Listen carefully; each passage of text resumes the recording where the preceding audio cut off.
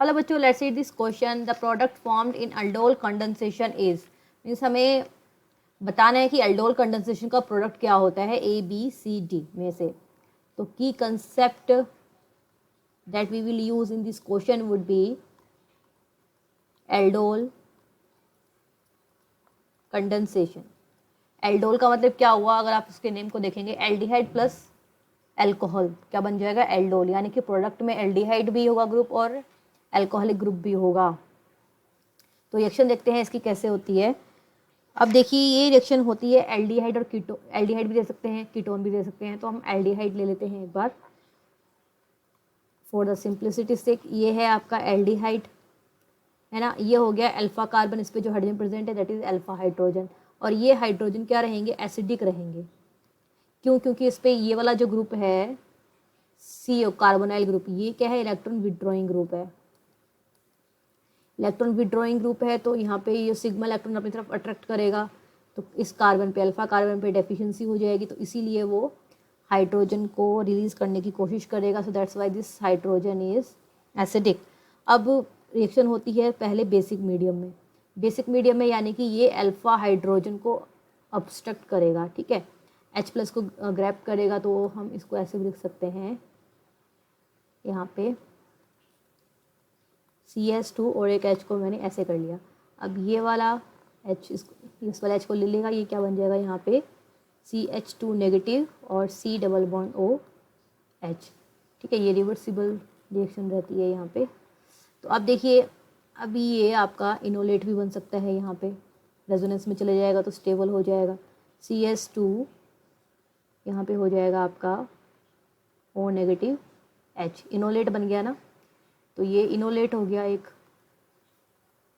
तो ये इनोलेट की रिएक्शन भी दिखा सकते हैं फर्दर हम, और कार्बन आयन की भी दिखा सकते हैं।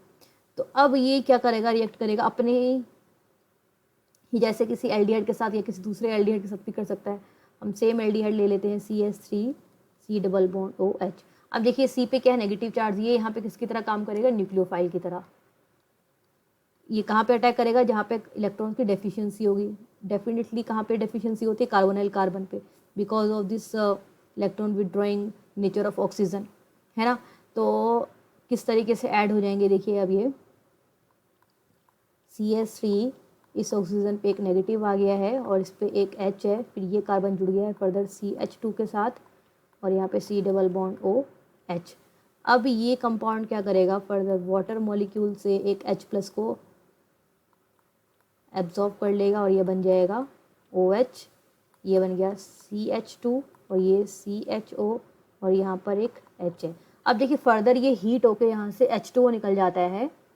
और फर्दर अगर हम रिएक्शन देखें, बेसिकली यहाँ पे भी रिएक्शन दिखा सकते हैं, इसको हीट कर दें अगर, तो अल्फा पोजीशन वाला क्या है, ये अल्फा पोजीशन है, एल्डिहाइड ग्रुप मेन ग्रुप है, तो इसका अल्फा कार्बन, ये इस पे जो हाइड्रोजन है वो क्या रहेगा, एसिडिक रहेगा। सेम रीज़न जो मैंने ऊपर बताया था, एसिडिक रहेगा। तो यहाँ से H2O निकल जाएगा और बन जाएगा हमारा CS3 CH double bond CHO, ठीक है। अब देखिए अगर हमें ये कंपाउंड अल्फा और ये बीटा हो गया ना, तो ये अल्फा बीटा अनसैचुरेटेड एल्डिहाइड हो गया। अब हमें ये नहीं दिया हुआ है, तो हम यहीं तक देखेंगे इस क्वेश्चन को। इसका नाम क्या हो गया, ये अल्फा कार्बन है बताया मैंने, ये बीटा। तो बीटा पे कौन है, हाइड्रोक्सी, तो क्या नाम हो गया, बीटा हाइड्रोक्सी। और कौन सा ग्रुप भी है इसमें, एल्डिहाइड भी है, तो एल्डिहाइड, ठीक है। और अगर अगर मैंने देखो ये रिएक्शन किससे स्टार्ट करी है, मैंने ये रिएक्शन स्टार्ट करी थी एल्डिहाइड। ये जो मेन स्टार्टिंग जो मेरा कंपाउंड था वो एल्डिहाइड था ना।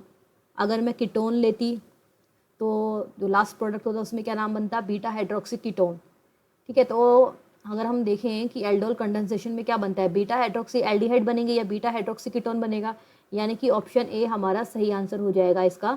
बी क्या है, अल्फा हाइड्रोक्सी एल्डिहाइड और कीटोन गलत है। हाइड्रोक्सी ग्रुप बीटा पे लगता है तो ये गलत है।